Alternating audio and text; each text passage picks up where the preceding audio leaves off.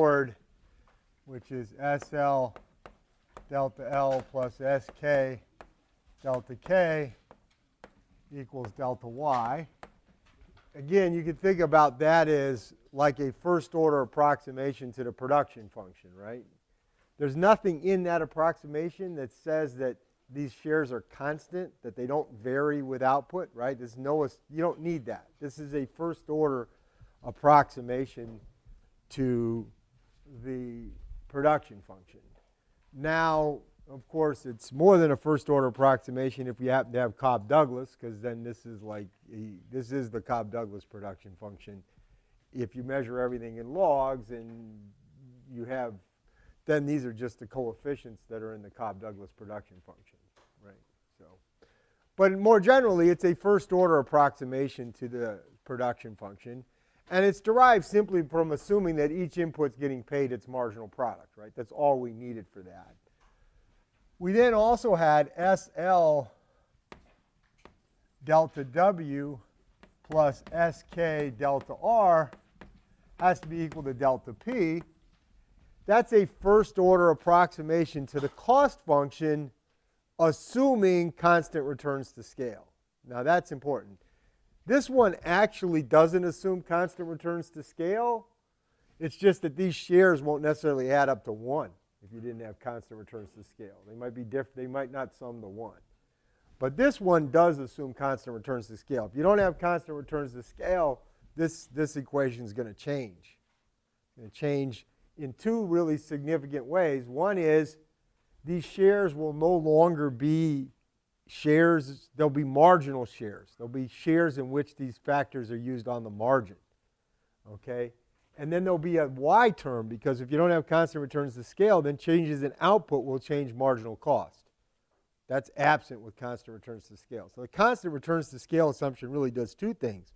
One, it makes marginal factor shares equal to average factor shares. Right? You use inputs on the margin the same way you use them on average. And for pricing, it's always about marginal factor shares. On the other hand, it also assumes that the marginal cost is independent of output. So you get both of those when you have. Now, if you had homothetic, everybody knows what homothetic production means? What's the difference between constant returns to scale and homothetic? The answer is with homothetic, you still have all the same isoquants. They're just not numbered the same way, right? That is, the isoquants are still all radial blow-ups of one another. They just aren't necessarily proportional to how far you are from the origin. Right? That's the big difference with homothetic. And you can see that in the cost function, right? We said CRS, I'm going to get a cost function that looks like Y times C of W, R, and 1, right? That's going to be that's a CRS cost function, just right off the bat. Okay? Homothetic looks like G of Y, C of W, R, and 1. It looks like that. That's homothetic. That is, it looks like this one, except for this isn't a linear anymore. It's not non-linear. That would be a homothetic cost function. Okay? But anyway, so let's say this is all based on, so this one definitely needs CRS here. Okay?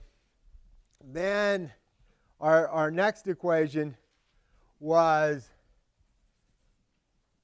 delta Y equals elasticity of demand delta P. That's just saying we're just going to move along the industry demand curve. That was our third equation.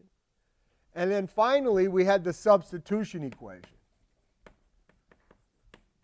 And for the substitution equation, we said it was delta L minus delta K equals sigma delta R minus delta W, which works in the two-factor case because with two factors, relative quantities are just a function of relative prices, right?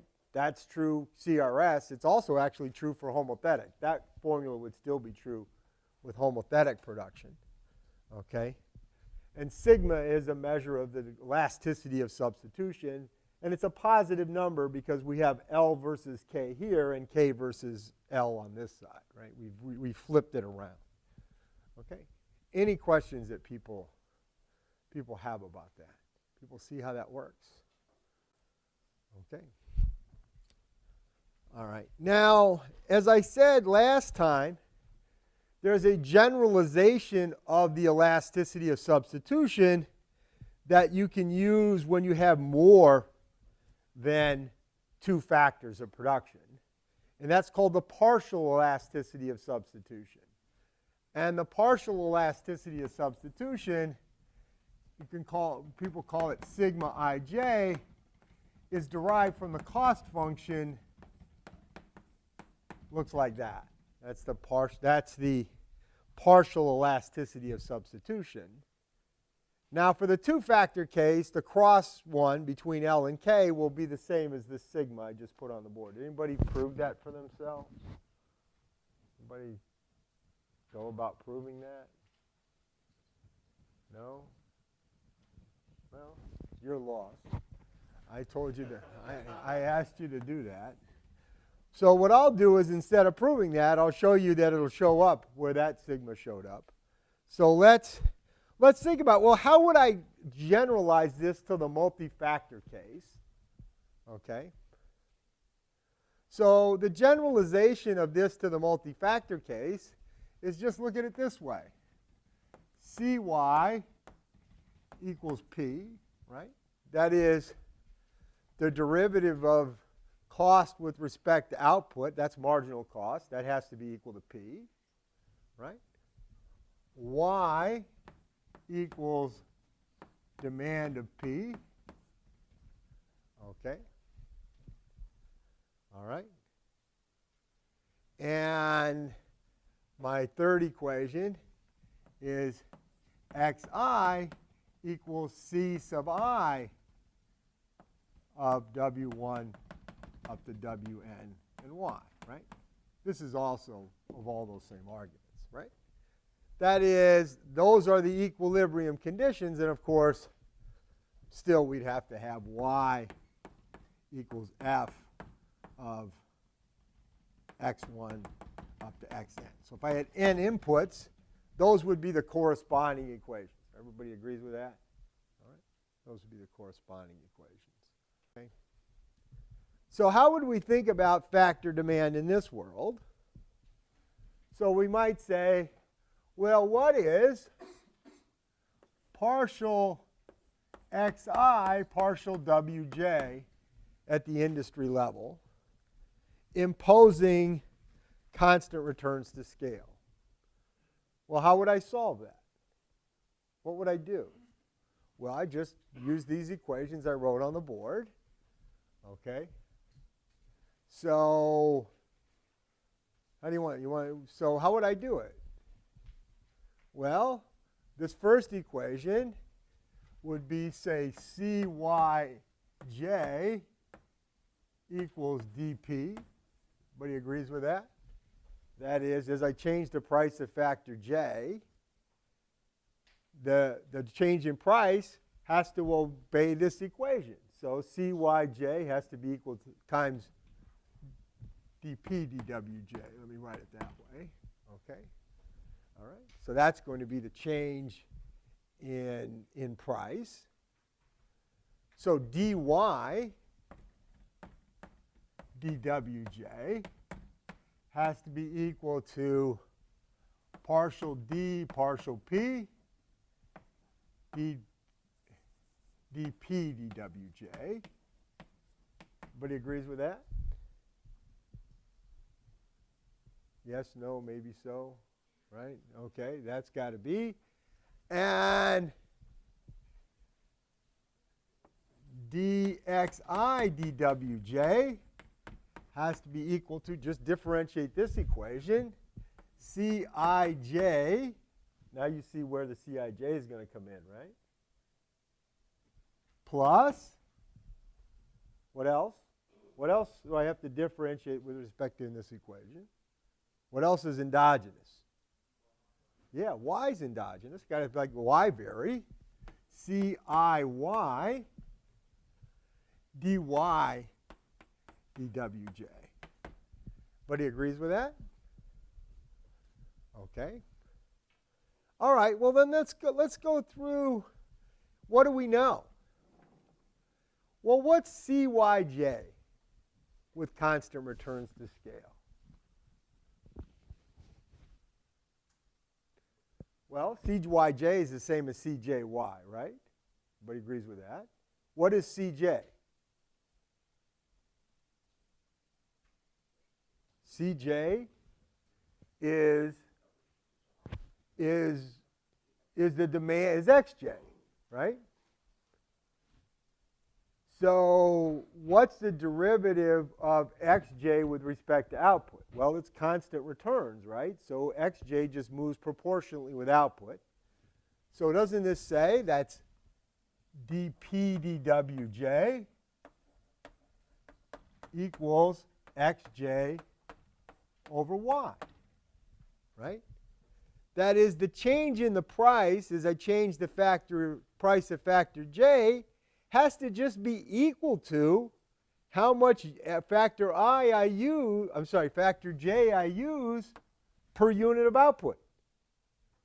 Right? If I use 1 man hour per unit of output and the wage goes up by $1 per man hour, how much does my cost per unit of output go up?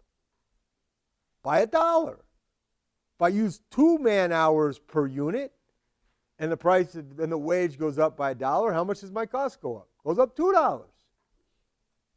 Right? That's all this is. Just that's the cost.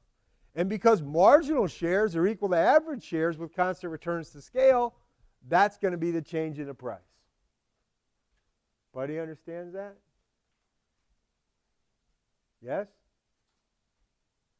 Okay. How come when I did this first equation, why didn't I totally differentiate this one? You let me get away with it. I should have put a CYY dy dWj. Right? I should have had that term. You guys let me sneak off without totally differentiating that equation, right? Because there's a y over here too.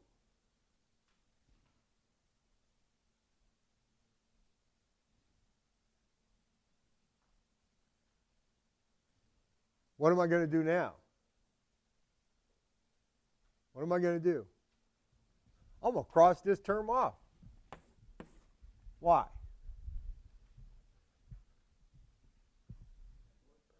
Because there's constant returns to scale. That is CYY 0. Marginal cost doesn't depend on output, right? That's what I was saying before. That's why this equation would be different if marginal cost, if you didn't have constant returns to scale. Not only would this not be the average share, this would be the marginal factor usage, you'd have another term. You'd have another term because marginal cost would be changing. All right? So you guys let me get away with that. So what I can do is just plug in everything I know. So what I'm going to get is dxi dwj equals Cij plus Ciy was what? Xi over y.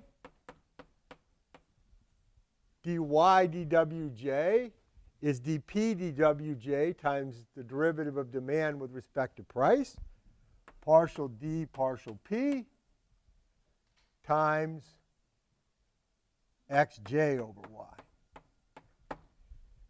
Okay? But do you agree with that formula? Right? In terms of our substitution and scale effects, this is a substitution effect, and this is the scale effect.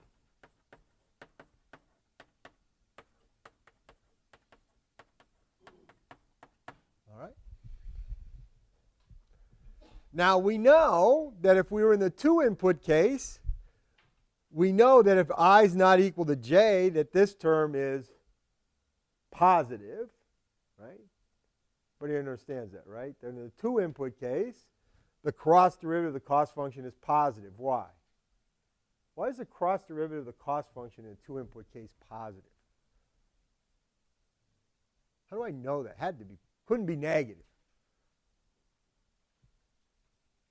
Well, what happens if I raise the price of factor j in the 2-input case? or any input case. We know J goes down. Well, if J goes down and output's constant, what must happen?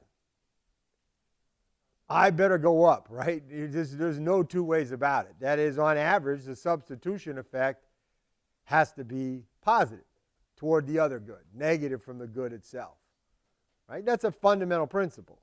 Now, if you have more than two inputs, you can have complements. You can have two inputs both go down when one price goes up.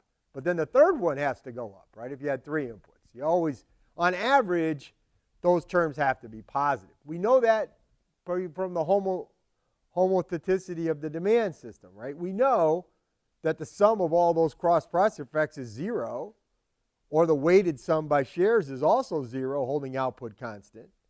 And because we know the sum is 0, some got to be positive, some got to be negative. If the own one is negative, on average, the cross ones have to be positive, right? That is, on average, these cross derivatives are positive, okay? That's our substitution effect, and this is our scale effect. Now, how do you make this into an elasticity?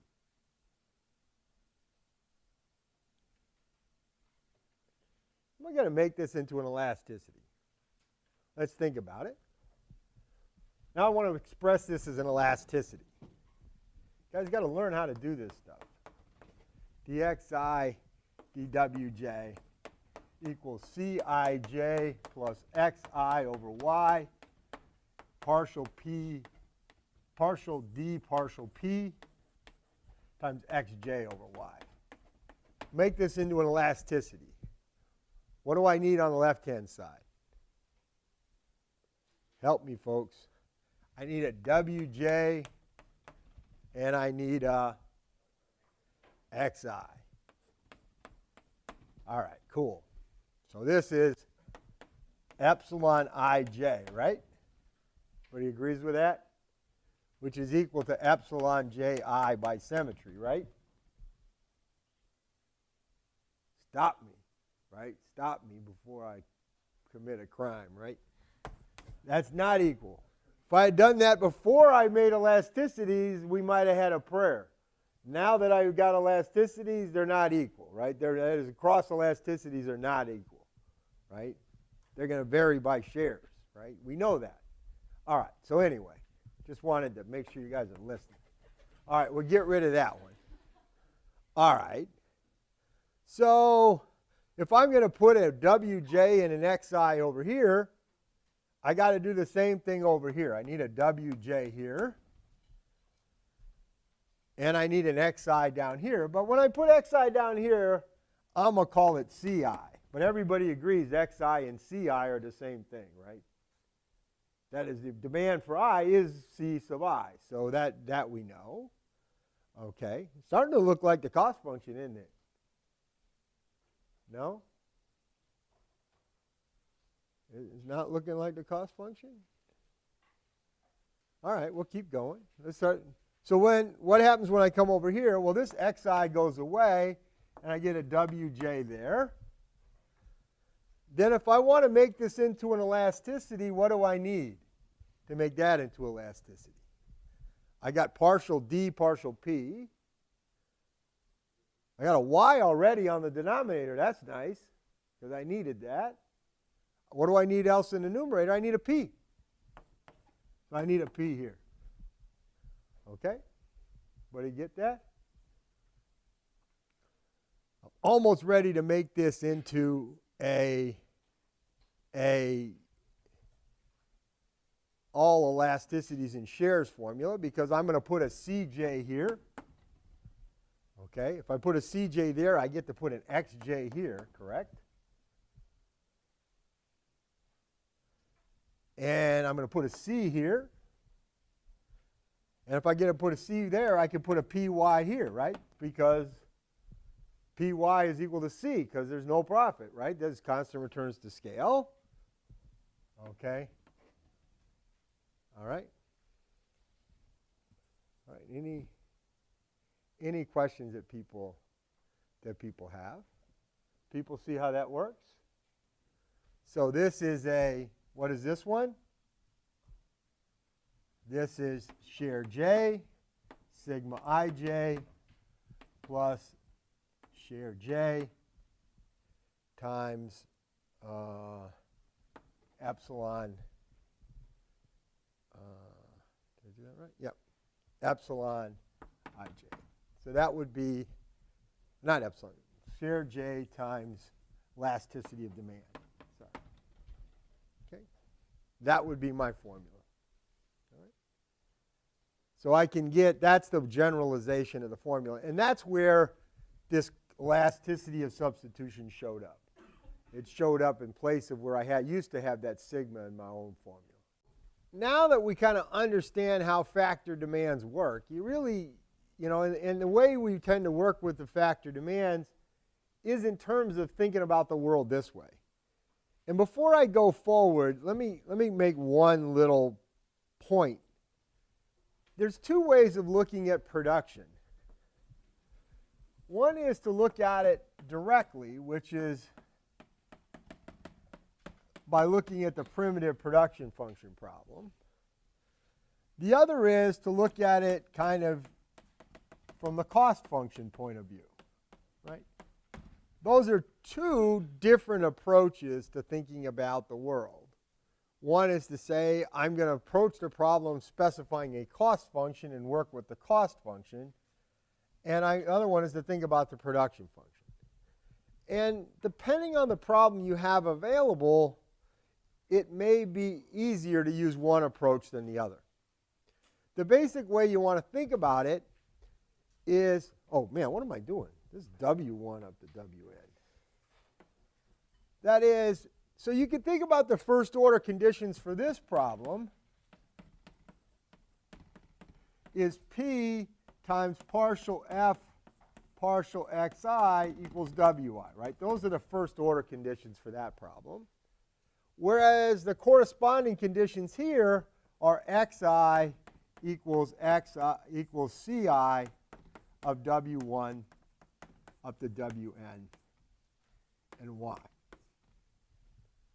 All right, that's the two approaches. And then you can put in the marginal price equals marginal cost if you want. P equals Cy of W1 up to Wn and Y.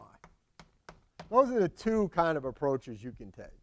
You can take like a production function approach where you think about the world in terms of value marginal product of input I has to be equal to the wage of input I. Or you can think about it, I got to be on my factor demand curve, which is really coming off the cost function. And for different problems, it's going to pay to look at it different ways. Basically, if you want to hold quantities of other inputs constant, very nice to use the production function, because that's what the production function does. Production function is looking at how much of input I do I want to use, holding constant the use of all the other inputs, right? They're holding quantities constant. The cost function says, nah, we've optimized out all those other things, so let's look at the demand for factor I holding the prices of other inputs constant. Okay, and sometimes you want to hold prices constant, sometimes you want to hold quantities constant. Often in practice, it corresponds to different experiments. That in some cases, it's reasonable to think that maybe roughly quantities are fixed of other inputs. In other cases, you want to think of quantities of other inputs as variable. If you want to think about a more mixed world where quantities of other inputs are, some are variable and some are fixed, then you kind of got to use a hybrid. You got to either modify this approach or modify that approach. And I think I talked before about how you could modify this approach and think about this iterative solution back and forth between labor and capital. You could do that in that picture there, or you could start over here and then do what we did before, which is what does factor demand look like if you hold some quantities fixed. You can start here and fix quantities or go to there. All right? Any questions that people have?